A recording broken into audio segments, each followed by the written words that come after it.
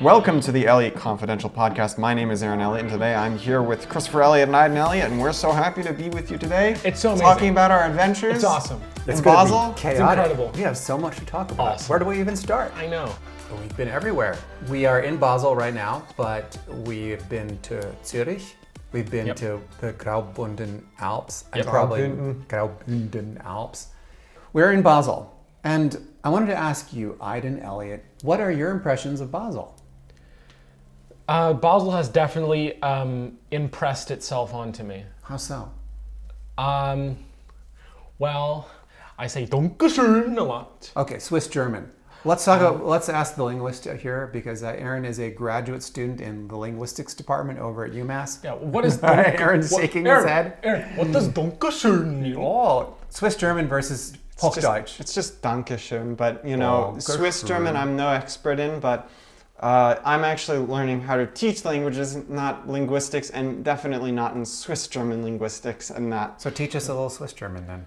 Yeah, Swiss German's a little bit different. They say things differently, and Tell us something we're not supposed to say. Yeah, say something like... Yeah, say something know, dirty, right? dirty, Yeah, no, I don't know anything. Okay. All right, enough. Okay. Well, but basically, it's the dialect varies canton to canton. It really is just. Yep. It's a wide variety of dialects. Cantons are like counties in, or like, Yeah. really like states. States. More like because states. they call those states. Stadt. But Switzerland is so small, it's kind of like counties, really. Yeah. So in any case, it's it's interesting here. Do we like Switzerland? Yes. Yeah. Why do we, Aiden, why do you like Switzerland? It's clean, it's nice. The public transit system is very, very efficient and tight and angular. And we've just been going all around the place, and all of the little towns look so nice and quaint. It's expensive, but it's nice. It is a very clean place, and all the trains run on time. They're expensive, and you don't want to get caught on a train without a valid ticket, because they will charge you like 3 times as much as you would normally pay. Yes, unless you say you're going to get off at the next stop. Which we should have done, Yes. but we paid something like 250 francs, which is just over $250, because our tickets had expired. It's funny because the next stop was the stop we were supposed to go in. And I'm pretty sure they just assume, oh, you got on the train. This is the first time you got on the train. Anyway, it doesn't matter. I like Switzerland a lot.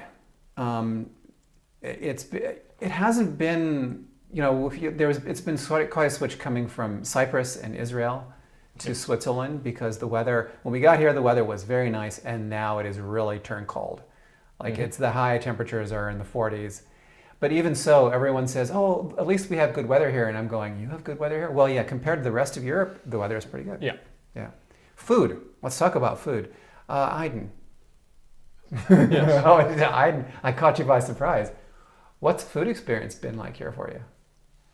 I mean, the food is solid. There's not much to say because it's as opposed to liquid. Okay. We're gonna feed you intravenously. Well, here, if you go to Los Angeles, they have smoothies everywhere. Oh, so I yeah, love smoothies. in Los Angeles, the food is liquid. But not all the food. Not totally liquid. Okay, there. look, guys. You more backed like a into the corner, and smoothie. I'm trying to explain myself. Yes. Okay. Go ahead. So the food here is not liquid. It is solid, which is a good first step. Yeah. But the way I think of the food here is the way I think of the food in London. When you reach a certain level of development where your country is just so overall good, the food has to be good, at least in some areas. So whereas I would not like to eat the traditional food of Switzerland What is the or traditional Germany, food? something we haven't eaten yet, but we've seen it in the fairs, the fall fair and the Christmas market, and it's something that I do not want to eat. But when they have what they want here. They're so developed that if you want to get good Japanese food, if you want to get good Chinese food, if you want to get good Lebanese food, if you want to get good American food, you can find it and it'll taste good. It'll be expensive, but it will taste good. We had good Lebanese food here. Yeah. Yeah. But Swiss food you can look it up online what Swiss food is. But we've had some things that are very uniquely Swiss, not just Swiss, but Basel. We've had leckerli. We had We visited the Lekker, Oh, you know which what? is gingerbread, and we. There are some good foods. Leckerli, Bureks. Those are the two things that Börek we've is eaten. not even Swiss. Börek is Turkish. Wait, are you serious? Yeah, Yes, Börek is Turkish. Oh. Yeah. Cut that out. We'll see about that. Okay. We've been visiting a lot of museums and walking around a lot.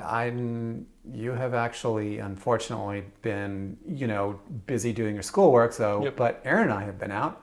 And Aaron, do you have any highlights from Basel in case someone wants to visit? Highlights from Basel. If you didn't know, Basel is in the corner of 3 countries, Switzerland, France, and Germany. And that means that you can go to Germany for your groceries. You can rent an apartment in France. Wait, and hang then on. during the day you can work in Basel. You're telling people how to leave the country. I thought Yes. we're talking about Well, the country. this is a little insider secret. The cheapest groceries are in Germany. That's true. The best rents are in France. And the best work is in Basel. So if you're thinking of moving to this part of the world, maybe working for a pharmaceutical company, I couldn't tell which one you would work for, but There's only really 2 that yeah. you would... I definitely, have no idea what pharmaceutical companies there would be. I'm lying, of course. Didn't you guys say you went to one of their campuses? Yeah, Yes. well, I'd love to talk about that a little bit. We went to the Novartis campus, and we... Was that this morning? No, that was yesterday. And the interesting thing is that it was basically closed off to the public for many years, for almost 20 years.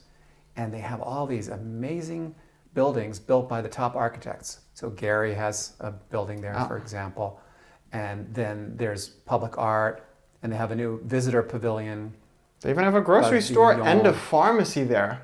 Yes, of course they have a pharmacy, and they don't just Pharmacy. carry Novartis products there either. And I really enjoyed it. I'm a fan of architecture.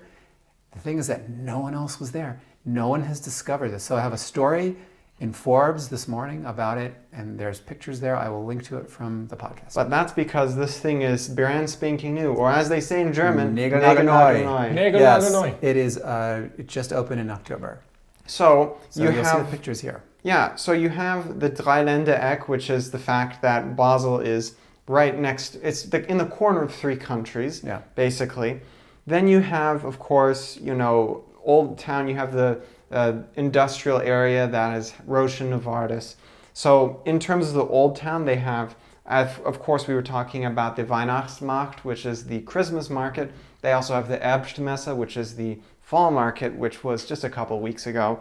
And they probably have a bunch of other things. Same vendors, though. And if Same you vendors. same vendors, yeah. Interestingly enough, so you're not going to miss anything. Keep the booth there from the fall They to do. the Christmas. They do. And if you come here for the Herbstmesse, you'll notice that there is a giant Ferris wheel. I don't know why. Maybe they do that also in the summer. Other than that, Basel and the neighboring countries, just this general area, has tons of art museums. Why don't you fill us in on that, Chris? Oh, thank you, Aaron. The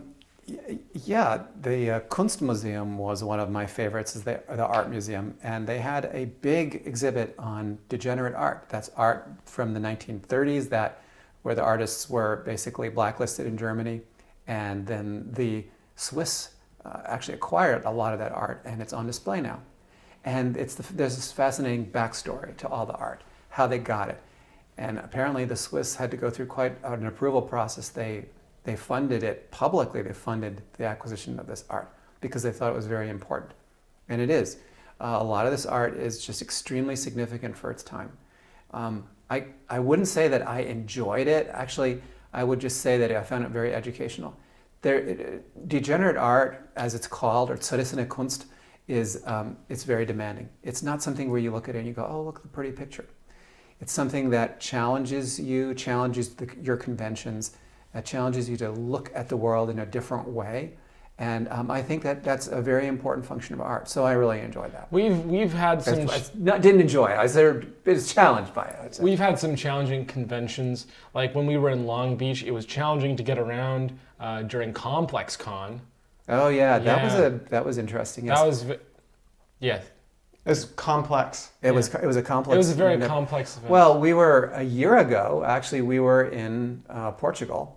Yeah. We were, and we had not started this podcast yet, but we were about to, and that was a cool experience as well. Did they have any conventions going on in Portugal that were complex? No, only in Long Beach. Challenging? Okay. Yeah. We could do a whole podcast on the bread that they have here, but very briefly, I would like to talk about the bread situation because the Swiss are known for their dense, dark bread, but we found a lot of bread here, a lot of variety. One of them is called Birnbaumbrot. Technically, it's a sweet bread. Yep. And it's like I think it's just made during the holidays. And we've been eating a little bit of that. And then also a bread called Herakles. Yeah. So to fill you in on what Birnbaumbrot is and to spell it out for you, because you probably don't know how to spell it, all things considered. I mean, not everyone on this podcast is going to be native German speaker like my father. So Birnbaumbrot is basically translates something to pear tree bread. And it's made out of dried pears. It's delicious. Yep. And walnuts. And so how would you spell that? It's Birnbaumbrot. Yep. Birnbaumbrot. Birnbaumbrot. Yeah. And Herakles bread is just it's just like sourdough bread, I believe. It's sourdough. Yeah, figuring... they're so exacting. The Swiss love to have their bread served warm. So when we walk into the grocery store, most of the bread is just right out of the oven. Yeah. Which is just incredible. They've got other sorts of bread here. I mean, we haven't been able to do the full bread tour because, well, we just haven't been able to see, like, figuring out what's actually Swiss. That's a little bit difficult. However, if you come here, you're certain to have an interesting bread experience and confection experience too. Right. Let's switch gears and go to Zurich. We were there last week, and we probably are going to be there again. We're flying out of Zurich to our next destination, which is a big secret. We're not going to tell you where we're going to be. Okay. But we're probably going to be back in the country because we are heading to the mountains again soon. But Zurich is the big city. And your thoughts on Zurich? We stayed at a really cool hotel. I mean, why would you ask me? I was the one that never went into the city. But we stayed at a pretty swanky hotel while we were there called the Five, right on the hilltop. The one owned by the Saudi Yes, Arabian, right. Souk. You check into the hotel and there's a Rolls Royce with Saudi license plates. Yes. It's a very... It was owned by an emir. Yeah. An emir. Of the, I think it was a UAE. No, it was the emir of Qatar. Interesting story. Wait, is that, really? Yeah. Interesting story about this place is that foreigners used to not be able to own property here. So the emir built a hotel and turned the top floor into his residence, and that's how he got around that rule. Because they let businesses, right? Yeah, you could have a business. You just couldn't own property. So he owned his own So he owned hotel. a business and the business owned the property. He owned the hotel, and then he had a home in the hotel. So technically he owned a business, but it was also And a the business residence. owns the property on which the hotel is on. Creative. Something like that, yeah. Okay, something like that. They had interesting bathrooms there. What happened with the bathrooms? You You didn't see, but on the very top floor, what used to be the emir's home, yeah, it's big dance floor. they basically turned it into a bunch of clubs and bars. And in one of the alleyways, they have it like all black, it's dark, and you have these, it looks like they're human figures that are sort of emerging out of the wall. And then they have two bathrooms. There's the women's bathroom, and there's an all-gender bathroom. Those are the two bathrooms. They don't have a men's? No. Oh, why? No. That's a good question, Aiden. I think they're just trying to be cool. Yep. But I have to say, that place that's how the other half lives, or how the 1% lives. I was blown away by it. The prices were high. The clientele was like something you would see in a movie. Yeah, they were very dressed up.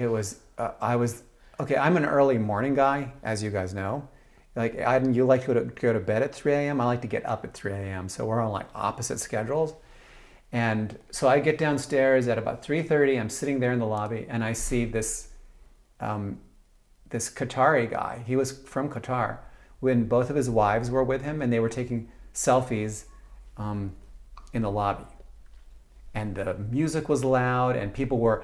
The guy comes over from the desk, from the service, the concierge desk, and he puts a beer down next to me, and he says, I thought you might enjoy this. And I go, thanks so much. I'm trying to get some work done. It's 3 a.m. and he wants to give me a beer. And I said, well, thank you. I really appreciate that. But, I don't even drink. So, but anyway, it was a really nice gesture.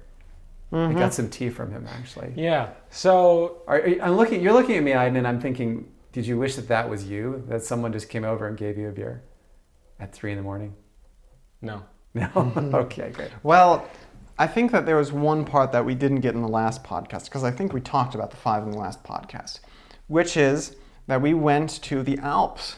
We went to a place called Graubünden. Graubünden. Vaz Obervaz. Oh yeah, beautiful. Yes. So beautiful. It was really an incredible visit, and we got to stay at this Lenzeheide Lodge, and they were so nice there. so there was no snow, unfortunately, but at least it wasn't mud season. On the top of the mountain there was Oh snow. yeah, there was. I think one night we woke up and there was more snow on the mountain, but still not enough. The Alps. Interesting thing about Graubünden is that half the city was Swiss German, and the other half was something called Romanche, Yeah. which is a mixture between French and Italian and a little Latin. It's weird because you see all the road signs and they're in German, so everyone can understand that. And then you suddenly see a road sign that's not in German.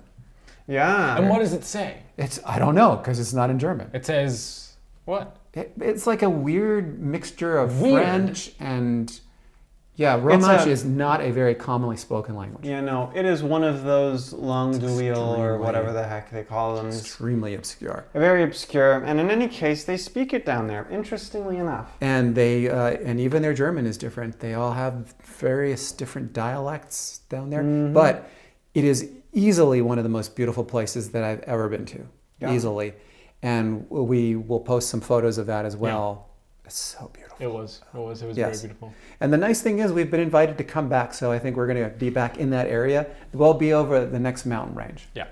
We're gonna have so much fun there. because there's snow there now, There's and snow I there think now. we might be able to ski. We might be But able to ski. we'll We'll keep you guys updated. keep you updated in the next podcast. Yeah. Yeah. So, other than that, I think that's pretty much it. We've been enjoying our last days here. Aiden's been having his finals, and we've just been really enjoying Basel. I don't have finals. Well, whatever it is that Oh. you're doing, Yeah. final project No or more. something. There's no tests in graduate school. Yeah, well, Final projects. but you do yeah, have final to projects. not miss any of your deadlines, Aiden. Wink, wink.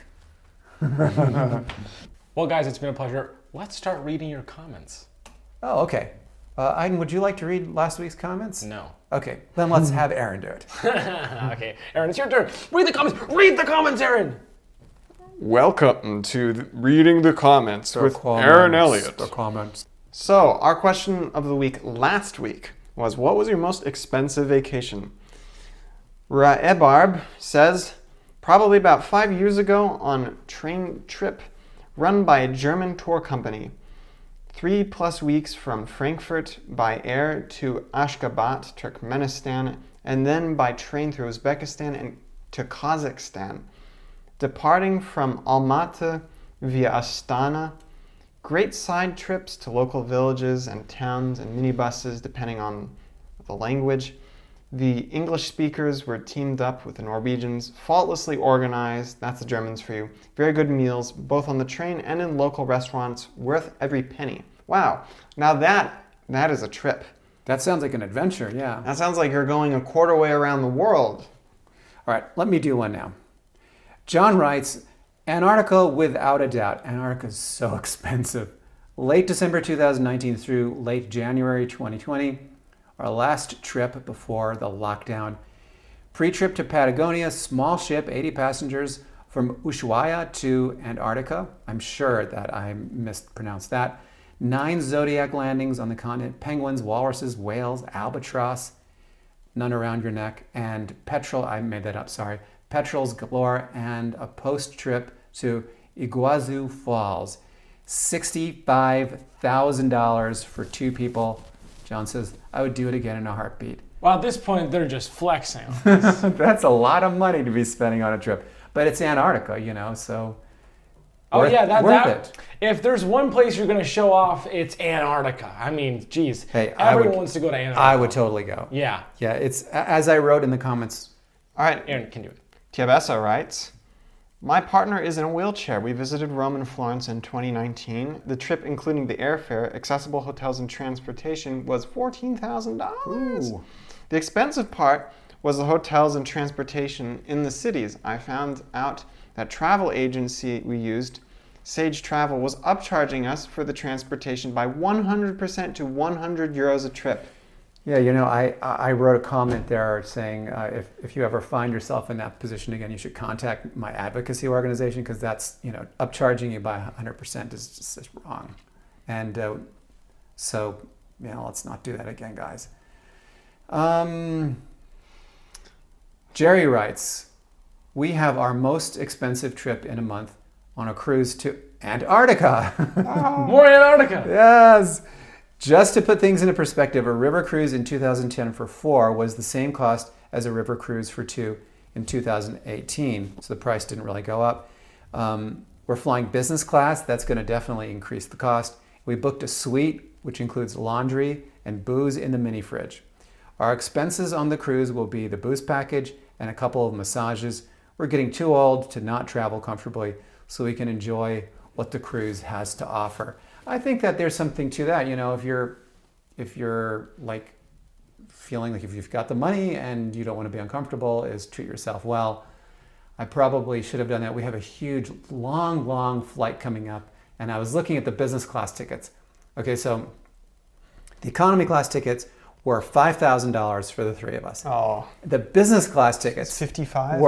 they were $13,000. And I was thinking, The business class was $13,000. for all of us, yeah. And I was thinking, you know what? No. There's no way.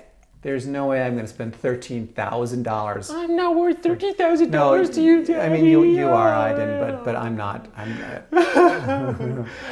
This is sarcasm, by the way, and if anyone thinks You're entitled? I'm entitled. No, I know. Okay. Because I know they like saying that a lot in the That comments. you're too entitled. late. Yeah. You know what, guys? Your comments hurt my feelings.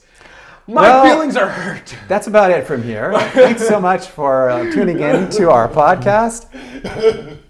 I didn't. Okay, fine. Calm Fine, yourself. continue. Finish Calm it, yourself. finish it. We'll be reporting next week. Actually, we'll be back in Switzerland. So we're reporting from the Swiss Alps, and I am looking so forward to telling you about early season skiing and the adventures in the Alps and sharing some pictures with you. So I'll see you then. See ya. Awesome. Ciao, guys. Goodbye.